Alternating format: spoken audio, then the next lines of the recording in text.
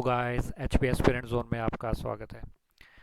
तो आज मैं इम्पोर्टेंट डिस्कशन करने जा रहा हूँ जेओएआईटी पोस्ट कोड 817 से रिलेटेड, इसलिए इस वीडियो को एंड तक ज़रूर देखें। अगर आपको ये वीडियो पसंद आती है तो इस वीडियो को लाइक करें और चैनल को सब्सक्राइब करें।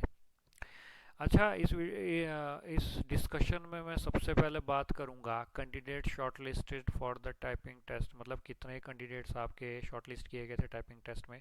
जैसा कि आपके रिजल्ट के नोटिफिकेशन में भी मेंशन किया गया था कि 19,024 जो आपके कैंडिडेट्स हैं वो क्वालिफाई हुए हैं टाइपिंग टेस्ट के लिए।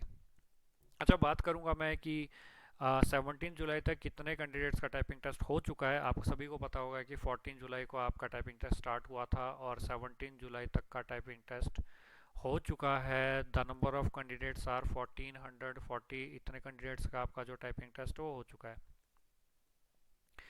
अच्छा, सबसे इम्पोर्टेंट डिस्कशन जो मैं इस वीडियो में करने जा रहा हूँ कि इस महीने जिन कैंडिडेट्स का टाइपिंग टेस्ट है उसमें जो क्वालिफाइंग परसेंटेज रहने वाला है वो कम क्यों रहने वाला है। मतलब इस महीने जो कैंडिडेट्स टाइपिंग टेस्ट के लिए जाएंगे उनके लिए टाइपिंग टेस्ट क्वालिफाई करना टफ क्यों है। तो मैं सभी कैंडिडेट्स की बात नहीं कर रहा, मैं मेजॉरिटी कैंडिडेट्स की बात कर रहा हूँ जिन्होंने टाइपिंग प्रैक्टिस काफ़ी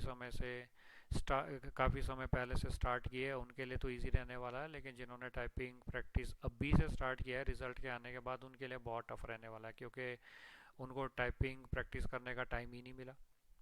अच्छा, इंपॉर्टेंट पॉइंट मैं डिस्कस करूँगा जिसमें मैं सबसे पहला पॉइंट जो मैं बताऊँगा कि जो रिज़ल्ट का जो एक्सपेक्टेड डेट है, जैसे कि मेजॉरिटी एस्पिरेंट्स ने ये एक्सपेक्ट किया था कि एग्ज़ाम देने के 4 या 5 महीने बाद HP SSSB रिज़ल्ट को डिक्लेयर करेगा। जैसा कि HP SSSB का ट्रेंड चले आ रहा है कि वो क्या कर रहा है कि भाई एग्ज़ाम कंडक्ट होने के बाद 4 या 5 महीने ले रहा है किसी भी एग्ज़ाम को डिक्लेयर करने के लिए। इसलिए सब हर हर एक प्लेटफॉर्म इंटरनेट पे जितने भी प्लेटफॉर्म्स है, चाहे वो यूट्यूब है चाहे आपकी एजुकेशनल वेबसाइट है, उन्होंने ये प्रेडिक्ट किया था कि भाई जो इस बार जो रिज़ल्ट आने वाला है वो अगस्त या सितंबर, मतलब मिनिमम 4 मंथ्स तो लेने ही वाला है। तो 21 मार्च को जैसे आपका एग्ज़ाम कंडक्ट किया गया था तो 4 महीने लगा लीजिए, तो अगस्त या सितंबर में आपका जो रिज़ल्ट है वो आने वाला है, ऐसा प्रेडिक्ट किया गया था। उसी के अकॉर्डिंग ये भी प्रेडिक्ट किया था कि अगर आपका जो रिज़ल्ट है वो अगस्त में आ रहा है तो जो टाइपिंग टेस्ट है वो 1 या 1.5 महीने के बाद होने वाला, मतलब सितंबर अक्टूबर के बीच में आपका जो टाइपिंग टेस्ट है वो स्टार्ट होने वाला है। तो क्या हुआ, जितने भी स्टूडेंट्स थे, जितने भी एस्पिरेंट्स थे जिन्होंने ये प्रेडिक्ट किया था कि भाई अगर हमारे मार्क्स 45 से ज़्यादा, अगर जो भी स्टूडेंट जिनके मार्क्स 45 से ज़्यादा बन रहे हैं तो उन्होंने ये डिसाइड किया होगा। मैं सबकी बात नहीं कर रहा, मैं मेजॉरिटी स्टूडेंट्स की बात कर रहा हूँ। उन्होंने ये डिसाइड किया था कि 2 और 3 मंथ्स बहुत है, मतलब 30 वर्ड पर मिनट की स्पीड को अचीव करने के लिए।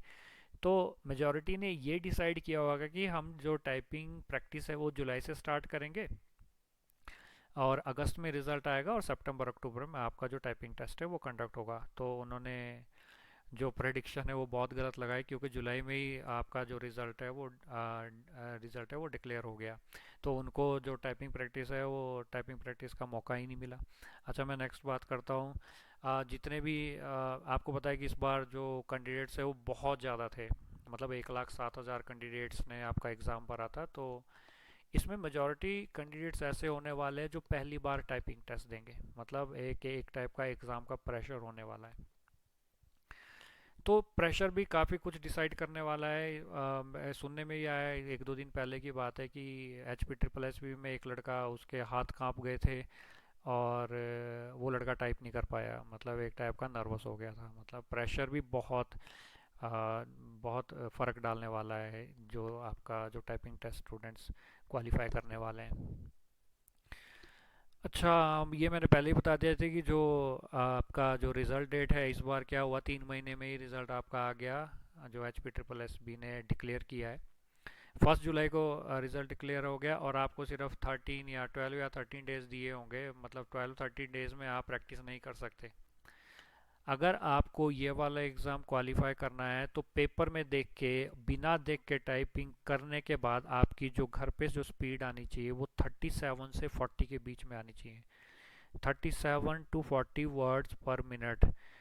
और किस तरीके से टाइपिंग करनी है, बिना देख के और पेपर को देखने के बाद, मतलब कीबोर्ड को बिना देख के, और जो पेपर है, मतलब मेजॉरिटी में देखे कैंडिडेट्स क्या करते हैं, स्क्रीन को देख के टाइपिंग प्रैक्टिस करते हैं। स्क्रीन को देख के टाइपिंग प्रैक्टिस करने का अलग हिसाब है, और जो पेपर को देख के टाइपिंग करने का हिसाब है वो अलग है। क्योंकि अगर आप इन दोनों में डिफरेंस देखें तो 6 या 7 वर्ड पर मिनट का डिफरेंस आता ही आता है। अगर आप स्क्रीन को देख के टाइपिंग करते हो तो वो आसान होता है एज़ कम्पेयर टू अगर आप पेपर से टाइप करते हो, क्योंकि आपका जो एग्ज़ाम होने वाला है, आपको एक पेपर दिया जाएगा और आपको उसको देख के टाइप करना है। तो तभी मैं आपको बता रहा हूँ कि आपको जो घर में स्पीड मेंटेन करनी है वो 37 to 40 मेंटेन करनी है वर्ड्स पर मिनट। तभी जाके आपका वहाँ पे कुछ अलग ही प्रेशर होता है जिस टाइम आप एग्ज़ाम देते हैं, क्योंकि आपको सिर्फ 10 मिनट दिए जाएंगे। 10 मिनट में आपको ये डिसाइड करना है कि भाई आपका जो एग्ज़ाम है वो क्लियर है कि नहीं। अगर आपके 60 से अबव मार्क्स भी बन रहे हैं तो उसका कोई फ़ायदा नहीं है अगर आप टाइपिंग टेस्ट क्लियर नहीं करते। अच्छा, अगर मैं नेक्स्ट पॉइंट की बात करूं, अच्छा, जितने भी कैंडिडेट्स हैं जिन्होंने ये सोचा हुआ है, एक्सपेक्ट किया होगा नहीं हमारा क्लियर नहीं होने वाला है, हमने क्या करना है टाइपिंग की प्रैक्टिस करके, मतलब जिन कैंडिडेट्स के मार्क्स 40 है या 40 से कम है, तो वो तो मैं कहता हूँ कि 20 या 30% कैंडिडेट्स ऐसे होंगे जिनको टाइपिंग आती होगी या टाइपिंग प्रैक्टिस करी होगी। बाकी ने, मुझे नहीं लगता है कि कोई टाइपिंग प्रैक्टिस करी होगी या इस एग्ज़ाम को सीरियस लिया होगा। वो तो नेक्स्ट एग्ज़ाम की तैयारी में लग लग गए होंगे। अच्छा, अगर मैं नेक्स्ट पॉइंट की बात करूँ, अच्छा, नेक्स्ट पॉइंट है कि भाई जिन कैंडिडेट्स के मार्क्स जो आपका ऑब्जेक्टिव टेस्ट हुआ था, अगर उनके मार्क्स 50 या 50 से अबव है तो वो सेफ जोन में रह के चले। अगर उन्होंने टाइपिंग प्रैक्टिस की जो आपके जो टाइपिंग प्रैक्टिस है वो अप्रैल मई या जून से स्टार्ट की है, मतलब उनको जो टाइपिंग करते हुए या 2 या 3 महीने तो होने ही चाहिए, क्योंकि जो स्पीड है वो कम से कम आपको 2 महीने तो लगाने ही पड़ेंगे। अगर आप 1 महीने में टाइपिंग स्पीड अपनी 40 तक बनाना चाहते हो तो आपको डेली प्रैक्टिस करनी पड़ेगी 5 to 6 आवर्स, तब जाके आपकी जो स्पीड है वो इतनी होने वाली है। लेकिन मेजॉरिटी क्या करते हैं, मैं मेजॉरिटी कैंडिडेट्स की अगर मैं बात करूँ, ज़्यादा से ज़्यादा 1 या 2 घंटे डेली प्रैक्टिस करते हैं जिन्होंने ये एग्ज़ाम सीरियस लिया होगा। तो जितने भी कैंडिडेट्स हैं जिनके मार्क्स ऑब्जेक्टिव में 50 से अबव बन रहे हैं वो सेफ जोन में है। अगर उनको टाइपिंग आती है, काफ़ी टाइम से प्रैक्टिस कर रहे हैं, या जो नए कैंडिडेट्स हैं उन्होंने अपनी जो टाइपिंग प्रैक्टिस है वो अप्रैल मई या जून से स्टार्ट की है, तो उनके चांसेस बहुत ज़्यादा है इस एग्ज़ाम को क्लियर करने के।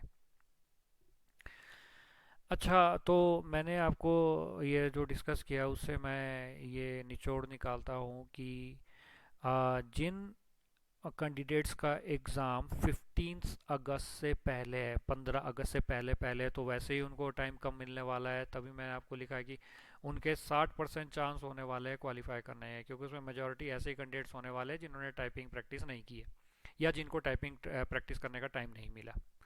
और जिन कैंडिडेट्स का जो टाइपिंग टेस्ट है वो 15 अगस्त के बाद है तो उनको काफ़ी समय है, मतलब आपको इजीली 1.5 से 2 महीने आपको आसानी से मिल रहे हैं, तो उनके जो क्वालिफाई करने के चांस है वो 80% है। क्योंकि एग्ज़ाम का रिज़ल्ट आने का जिस दिन आपका रिज़ल्ट आया उसके बाद मेजॉरिटी कैंडिडेट्स टाइपिंग में लग गए होंगे, और कुछ कैंडिडेट्स ऐसे हैं जिनका, मतलब आपको ये भी पता होगा कि जो टाइपिंग चलने वाली हो 17 सितंबर तक चलने वाली है। तो मेजॉरिटी के चांसेस है कि वहाँ पे वो टाइपिंग टेस्ट क्लियर करे और अपने चांसेस बनाए फाइनल रिज़ल्ट के लिए। अच्छा, अगर मैं बात करूं कि सबसे ज़्यादा कंपटीशन कहाँ पर है, तो सबसे ज़्यादा जो आपका कंपटीशन रहने वाला हूँ, मैं कह रहा हूँ कि 60% 60 से 70% कैंडिडेट्स ऐसे हैं जो आपका जो रिज़ल्ट है उसमें 60 से 70% कैंडिडेट्स ऐसे हैं जिनके मार्क्स 42 से 48 के बीच में। तो सबसे ज़्यादा कंपटीशन, या मैं कह सकता हूँ कि मेजॉरिटी कैंडिडेट्स के मार्क्स 42 से 48 के बीच में है ना। मैं लेके चल रहा हूँ 60%, 60 से 70% कह सकते हैं। 60 से 70% कैंडिडेट्स ऐसे हैं जिनके मार्क्स 42 से 48 के बीच में बन रहे हैं। अच्छा, जिन कैंडिडेट्स का डॉक्यूमेंट वेरिफिकेशन के बाद जो मार्क्स बन रहे हैं वो 50 या 50 से अबव बन रहे हैं, वो सेफ जोन में है, बशर्ते वो अपना टाइपिंग टेस्ट क्लियर कर लें।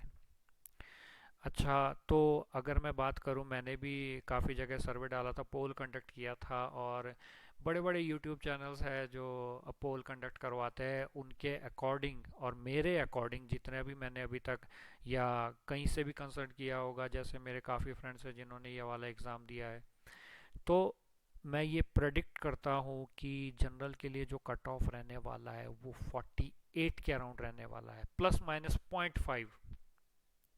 मतलब या तो 47.5 या फिर 48.5, यही कट ऑफ रहने वाला है जनरल का। जितने भी आपके जो पोल कंडक्ट किए गए हैं, जितने भी इंटरनेट के प्लेटफॉर्म हैं, उससे ये प्रेडिक्ट किया गया है कि जो कट ऑफ रहने वाला है जनरल का वो 48 के अराउंड रहने वाला है।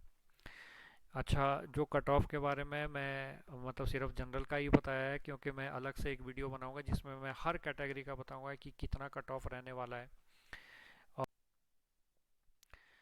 अगर आपको सभी पीडीएफ चाहिए तो प्लीज़ डिस्क्रिप्शन से डाउनलोड करें। मैंने सारे सारे पीडीएफ डिस्क्रिप्शन में डाल दिए, आप वहाँ पे देख के डाउनलोड कर सकते हैं। अच्छा, अगर मैं बात करूँ कि जो आपका एग्ज़ाम है वो कैसा आया है, जो टाइपिंग टेस्ट आ रहा है वो उसमें क्या हो रहा है, वो मॉडरेट लेवल का है, मतलब इजी टू मॉडरेट मैं कह सकता हूँ। उसमें क्या है, ज़्यादा न्यूमेरिकल वैल्यूज़ नहीं है, और ज़्यादा स्पेशल कैरेक्टर्स नहीं है, और ज़्यादा टिपिकल वर्ड्स नहीं है। मतलब सिंपल पैराग्राफ आ रहा है, ज़्यादा टफ नहीं आ रहा, आप इजीली उसको क्वालिफाई कर सकते हैं अगर आपने टाइपिंग प्रैक्टिस की है। मतलब अगर आपकी घर में टाइपिंग स्पीड 37 to 40 के अराउंड आ रही है, या 35 अबव भी आ रहा है, अगर आपका कॉन्फिडेंस लेवल अच्छा है तो आप इजीली टाइपिंग टेस्ट क्वालिफाई कर सकते हैं। तो मैंने आपको जैसे पहले बताया था कि जो टाइपिंग टेस्ट जो आ रहा है अभी तक, जो हमने एनालाइज किया है, वो इजी टू मॉडरेट आ रहा है। Keep practising guys, because luck favours the brave. बाकी ऑल द बेस्ट सभी के लिए। मैं चाहता हूँ कि जिन्होंने मेहनत की है उनका एग्ज़ाम ज़रूर क्लियर हो। बाकी ऑल द बेस्ट।